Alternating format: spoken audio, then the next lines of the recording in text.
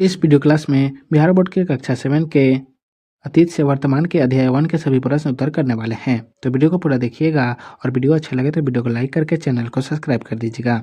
और इस क्लास का पीडीएफ टेलीग्राम पर मिल जाएगा, जिसका लिंक डिस्क्रिप्शन बॉक्स में है। तो चलिए वीडियो को शुरू करते हैं। अध्याय 1 है कब, कहाँ और कैसे, जिसका पहला प्रश्न है प्रौद्योगिकी किसे कहते हैं। तो इसका उत्तर होगा मानव जीवन को बेहतर और उन्नत बनाने के लिए विज्ञान के सिद्धांत पर आविष्कृत विभिन्न कलपुर्जा और मशीनों का खेती और कल कारखानों आदि में उपयोग प्रौद्योगिकी कहलाता है।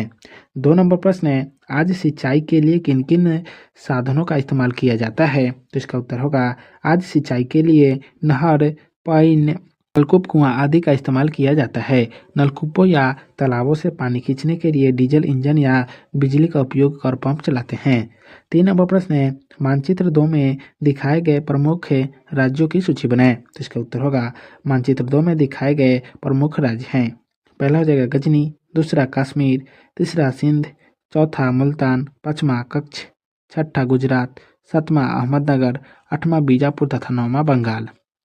4 नंबर प्रश्न है मानचित्र 1 तथा 2 मानचित्र में आप क्या अंतर पाते हैं। तो इसका उत्तर होगा दोनों मानचित्र के अवलोकन के बाद हम यह अंतर पाते हैं कि मानचित्र 1 में जहां शासक वंशों को प्रमुखता दी गई है तो मानचित्र 2 में राज्यों को प्रमुखता दी गई है।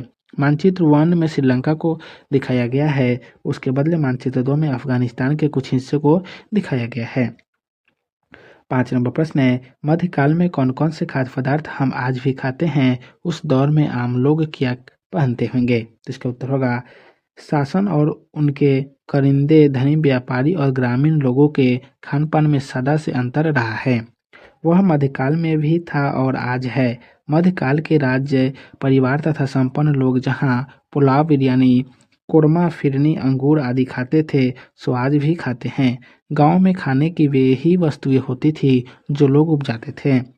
चावल का मौसम रहा तो चावल और गेहूं का मौसम रहा तो रोटी खाना मध्यकाल में भी था और आज भी है। आम, अमरूद, केला, शकरकंद तब भी खाते थे और आज भी खाते हैं। उस दौर में हिंदू और मुसलमानों के पहनावे में अंतर था। हिंदू जहाँ धोती पहनते थे वहीं मुसलमान लुंगी पहनते थे। गंजी, कुर्ता दोनों धर्म के लोग पहनते थे। आज वह भेंट मिट चुका है। हिंदू भी लुंगी पहनने लगे हैं और ग्रामीण मुसलमान धोती पहनते हैं। बहुत दिनों तक साथ साथ रहने के कारण दोनों के खानपान और पहनावा में बहुत अंतर नहीं रह गया है। 6 नंबर प्रश्न है क्या कारण रहा होगा कि भारत अतीत से ही संसार के लिए आकर्षण का केंद्र रहा होगा। तो इसका उत्तर होगा भारत आदिकाल से चिंतकों और मनीषियों का देश रहा है। तप और योग यहाँ की खास बात थी और आज भी है। योगी संतों का सम्मान राजा महाराजा तक करते थे। यहाँ के विद्वानों की धाक विश्व भर में थी। ऋषि डांडियायन से बात करके सिकंदर अवाक रह गया था। सिकंदर का गुरु अरस्तु ने उसे बताया था कि भारत विजय को जा रहे हो तो वहाँ के ऋषियों से आशीर्वाद लेना। लौटते समय मेरे लिए तुलसी का पौधा तथा गंगा जल अवश्य लाना। विश्व में गंगा ही एक ऐसी नदी है जिसके जल में कभी कीड़े नहीं पनपते, चाहे वर्ष वर्ष रहो। भारत के प्राय हर संभ्रांत घर में हरिद्वार, ऋषिकेश से लाया गंगा जल संजो कर रखा जाता है। मरते समय लोगों के मुंह में गंगा जल, तुलसी पत्ता देना लोग आवश्यक मानते हैं। यहाँ की भूमि उपजाऊ है। एक ही देश में सभी मौसम के आनंद लिया जा सकता है। वह भी एक ही समय में खाने की कोई ऐसी वस्तु नहीं है जो भारत में नहीं उपजती हो। कुछ फल और वन्य पशु ऐसे हैं जो केवल भारत में ही मिलते हैं। 7 नंबर प्रश्न है वैसी वस्तुओं की सूची बनाइए जिसे हवन में डाला जाता है। तो इसका उत्तर होगा मुख्य रूप से हवन में धूप, जल, तिल, घी मिलाया जाता है, लेकिन यह आम है। खास तौर पर हवन में अनेक अन्य वनस्पतियां भी डाली जाती है। 8 नंबर प्रश्न है हिंदू धर्म में देवी देवताओं के प्रति आस्था व्यक्त करने की अलग अलग तरीके या पद्धति संप्रदाय कहलाती है, व्याख्या करें। तो इसका उत्तर होगा हिंदू धर्म कालांतर में 3 संप्रदायों में बंट गया और तीनों के आराध्य देवी देवता में भिन्नता आ गई। इनके 3 संप्रदाय थे, वैष्णव, शैव तथा शाक्त। वैष्णव विष्णु और लक्ष्मी को अपना आराध्य मानते हैं। राम और सीता तथा कृष्ण और राधा को ये क्रमशः विष्णु और लक्ष्मी के अवतार मानते हैं। इस संप्रदाय वाले रामलीला और कृष्ण लीला कर अपना मनोरंजन करते हैं। शैव संप्रदाय वाले शिव को पूजते हैं। शाक्त संप्रदाय वाले शक्ति के रूप में दुर्गा और काली की पूजा करते हैं। बलिदान देकर बलि के पशु का मांस खाना और मदिरा पीना ये गलत नहीं मानते। ये मछली भी खाते हैं, जबकि वैष्णव और शैव मांस मछली और मदिरा से दूर रहते हैं। 9 नंबर प्रश्न है, भक्त संत के वैसे दोहों पर चर्चा करें जिसे अपने हिंदी की पुस्तक में पढ़ा है। तो इसका उत्तर होगा, जाति न पूछो साधु की, पूछ लीजिए ज्ञान, मोल करो तलवार का, परा रहने दो म्यान, माला तो कर में फिरे, जीभी फिरे मुखे माही, मनुआ तो चहु दिशि फिरे, यह तो सुमिरन नहीं। 10 नंबर प्रश्न है, अभिलेखागार क्या है? तो इसका उत्तर होगा, अभिलेखों को जहां सुरक्षित रखा जाता है उसे अभिलेखागार कहते हैं। खास तौर पर अभिलेखागार से तात्पर्य यह लगाया जाता है जहां सरकारी अभिलेख रखे जाते हैं, लेकिन कभी कभी महत्वपूर्ण पांडुलिपि भी यहाँ रखी जाती है जो सरकारी न होकर शैक्षणिक और सामाजिक होती है। अभिलेखागार राष्ट्रीय भी होता है और राज्यों का भी। अकबर के बाद से अभिलेख रखने की परंपरा चली।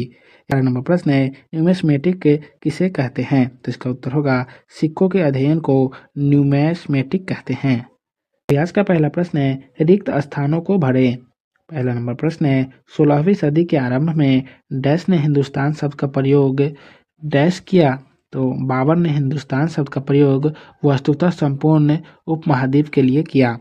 2 नंबर है, डैश एक विशेष प्रकार का फारसी इतिहास है। तो तारीख उल हिंद एक विशेष प्रकार का फारसी इतिहास है। तीसरा है, डैश लोगों द्वारा भारत में एक नए धर्म का आगमन हुआ। तो इन्हीं अरबों के साथ लोगों द्वारा भारत में एक नए धर्म का आगमन हुआ। चौथा है, भारत में कागज का प्रयोग डैश शताब्दी के आसपास हुआ। तो 13वीं शताब्दी के आसपास। 2 नंबर प्रश्न है, जोड़े बनाइए। पहला है राजतरंगिनी। तो राजतरंगिनी का हो जाएगा कश्मीर का इतिहास। दूसरा है भक्ति संत। तो भक्ति संत का हो जाएगा दरिया साहब। तीसरा है तबकात ए नासिक। तो इसका हो जाएगा हाज उस सिराज। चौथा है शेर शाह का मकबरा। तो इसका हो जाएगा सासाराम। और पांचवा है मानसिंह। तो मानसिंह का हो जाएगा बैकटपुर का शिव मंदिर। 3 नंबर प्रश्न है, मध्यकाल में वैसे वस्त्रों की सूची बनाइए जिसका व्यवहार हम आज भी करते हैं। तो इसका उत्तर होगा, मध्यकाल में सिले हुए वस्त्र बहुत कम लोग ही पहनते थे। कमर के नीचे धोती, कंधे से लेकर कमर के नीचे तक चादर तथा सर पर मुरेठा बांधने का रिवाज रहा होगा। आज भी उत्तर प्रदेश के अधिकांश ब्राह्मण सिला हुआ वस्त्र पहनकर भोजन नहीं करते। इसी से अनुमान लगता है कि मध्य युग के लोग सिला हुआ वस्त्र नहीं पहनते होंगे। उनके वस्त्रों में से धोती, चादर और मुरेठा का व्यवहार आज भी लोग करते हैं। सिला हुआ वस्त्र पहनने का रिवाज बहुत बाद में आरंभ हुआ होगा। 4 नंबर प्रश्न है, वस्त्र उद्योग के क्षेत्र में हुए प्रमुख प्रौद्योगिकी परिवर्तन को बताइए। तो इसका उत्तर होगा, प्राचीन भारत में वस्त्र उद्योग के लिए सूती तकली पर काते जाते थे जिसमें काफ़ी समय लगता था, कारण कि तकली को हाथ से नचाना पड़ता था। बाद में 13वीं सदी में परिवर्तन यह आया कि तकली का स्थान चरखे ने ले लिया। अब सूत तेजी से अधिक मात्रा में और कम समय में ही बन सकते थे। पहले सीधे कपास से सूत काटा जाता था, बाद में इसमें बदलाव आया। दुनिया लोग धुनकी पर रुई धुनने लगे। अब धुनी हुई रुई से सूत काटना आसान हो गया। 5 नंबर प्रश्न है, कागज का आविष्कार सर्वप्रथम कहाँ हुआ? तो इसका उत्तर होगा, कागज का आविष्कार सर्वप्रथम चीन में हुआ। 6 नंबर प्रश्न है, वनस्पतियों को जंगल क्यों छोड़ना पड़ा? तो इसका उत्तर होगा, प्रौद्योगिकी में परिवर्तन के फलस्वरूप खेती योग्य भूमि की तलाश हो रही थी। बाहर से आए लोगों के लिए अधिक अन्न की भी आवश्यकता बढ़ी होगी। खेती बढ़ाने के लिए जंगल काटे जाने लगे। फलस्वरूप वनस्पतियों को जंगल छोड़ने पर विवश होना पड़ा। हालांकि अनेक वनवासी खेती के काम में लग गए और ग्रामवासी बन गए। 7 नंबर प्रश्न है, गंगा यमुना संस्कृति से आप क्या समझते हैं? तो इसका उत्तर होगा, दो संस्कृतियों के मेल से जो संस्कृति विकसित हुई उस संस्कृति को गंगा यमुना संस्कृति कहते हैं। 8 नंबर प्रश्न है, 8वीं शताब्दी के आसपास हुए परिवर्तन को लिखिए। तो इसका उत्तर होगा, 8वीं शताब्दी के आसपास पहला परिवर्तन तो देश के नाम बदलने के रूप में हुआ। अब भारत को हिंदुस्तान भी कहा जाने लगा। यह बदलाव 13वीं शताब्दी में तुर्क सत्ता की स्थापना के बाद प्रचलित हुआ। उस समय हिंदुस्तान की भौगोलिक सीमा उतनी ही थी जितनी पर तुर्कों का अधिकार था। मुगल काल में अकबर से लेकर 17वीं शताब्दी तक औरंगजेब ने हिंदुस्तान की सीमा में काफ़ी विस्तार किया। कृषि के साथ साथ उद्योग धंधे में भी बदलाव आए। 9 नंबर प्रश्न है, क्या प्राचीन काल की तुलना में मध्यकाल के अध्ययन के लिए ज़्यादा स्रोत उपलब्ध हैं? तो इसका उत्तर होगा हाँ, प्राचीन काल की तुलना में मध्यकाल के अध्ययन के लिए आज ज़्यादा स्रोत उपलब्ध है। ये स्रोत अन्य लेखकों और इतिहासकारों द्वारा लिखे गए लेख और इतिहास है। सर्वप्रथम इतिहासकार मिन्हाज सिराज ने 13वीं शताब्दी में इतिहास लिखा, जिसमें उन्होंने बिहार के विषय में लिखा कि इसका नाम बिहार क्यों पड़ा। प्रसिद्ध विद्वान सैयद सुलेमान नबदी ने एक अरबी गीत का उदाहरण दिया जो भारत के लिए प्रमुख है। भक्त कवियों और सूफी संतों ने भी भारत के संबंध में बहुत कुछ लिखा है। राजपूत राजाओं के दरबारी कवियों ने भी उस समय के सामाजिक जीवन के विषय में लिखा है। लिखित रचना या पांडुलिपि या अभिलेख, सिक्के, भग्नावशेष, चित्र आदि विविध स्रोत हैं, लेकिन प्रधानता लिखित सामग्री को ही दी जाती है। 13वीं शताब्दी में कागज का उपयोग शुरू हो जाने के बाद लिखने का काम व्यापक रूप से होने लगा। इस काल में लिखी गई पांडुलिपियां एवं प्रशासनिक प्रपत्र अभिलेखागारों और पुस्तकालयों में सुरक्षित है। इस काल की अनेक घटनाओं की जानकारी हमें इन्हीं अभिलेखों से प्राप्त होती है।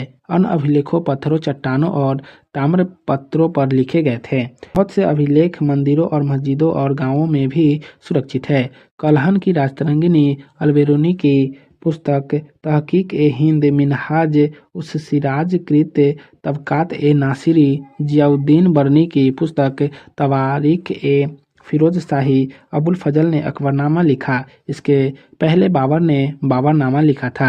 इसके अलावा अनेक यात्रियों ने अपने यात्रा वृत्तांत लिखा जो इतिहास से कम नहीं है। इससे स्पष्ट होता है कि प्राचीन काल की तुलना में मध्यकाल के अध्ययन के लिए ज़्यादा स्रोत उपलब्ध हैं। 10 नंबर प्रश्न है, जब एक ही व्यक्ति या घटना के संबंध में अलग अलग मत आते हैं तो ऐसी परिस्थितियों में इतिहासकार क्या करते होंगे? तो इसका उत्तर होगा प्रत्येक में बताई गई परिस्थिति में इतिहासकार समान विशेषता वाले बड़े बड़े हिस्सों, युगों या कालों में बांट देते हैं। फिर अनुमान में स्थिति का अवलोकन कर स्वयं जो वे उचित समझते हैं लिख देते हैं। तो आज के इस वीडियो क्लास को यहीं समाप्त करते हैं। फिर मिलेंगे नेक्स्ट वीडियो में। तो आप सभी को वीडियो देखने के लिए बहुत बहुत धन्यवाद।